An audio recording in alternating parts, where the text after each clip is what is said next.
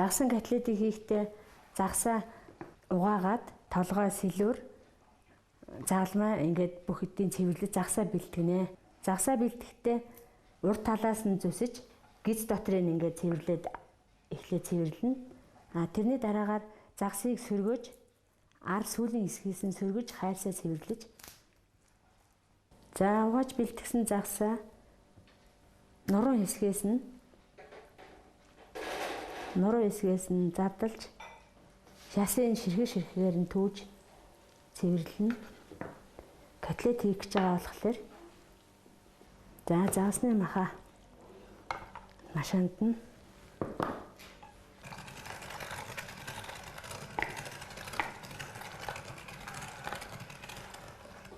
за бэлэн болсон загсныхаа махандаа дэвтээсэн зүсэм талах сүү буюу усан дэвтээсэн талах цэцгийн тос цайны хавлгаар өндөг шар уургийг ялгаад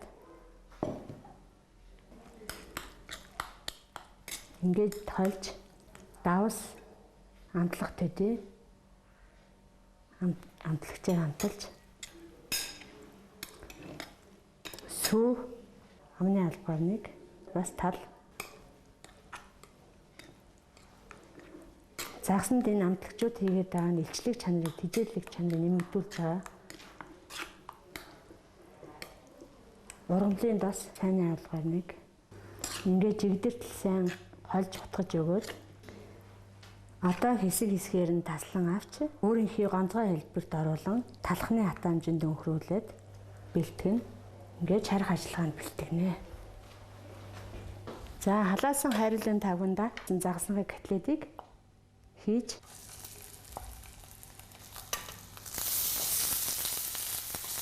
зөөлөн галаар хоёр талаас нь шарж өгнө. Шарахтаа 15-аас 20 минут шарна. Шарах явцдаа ус юм уу шүл хийж зөөлдөж өгөл. Тэгээд битүү тавлаад хоёр талаас нь ээлжлээд 15-20 минут нь шарж бэлэн болгоно. Одоо нөгөө талаас нь эргүүлээд шарна. За загсны котлет нь бэлэн болж байна.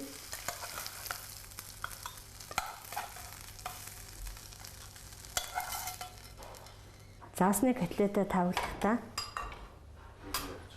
цөцгийн дос нэг хавлага сөөмөс тусааж өгнө.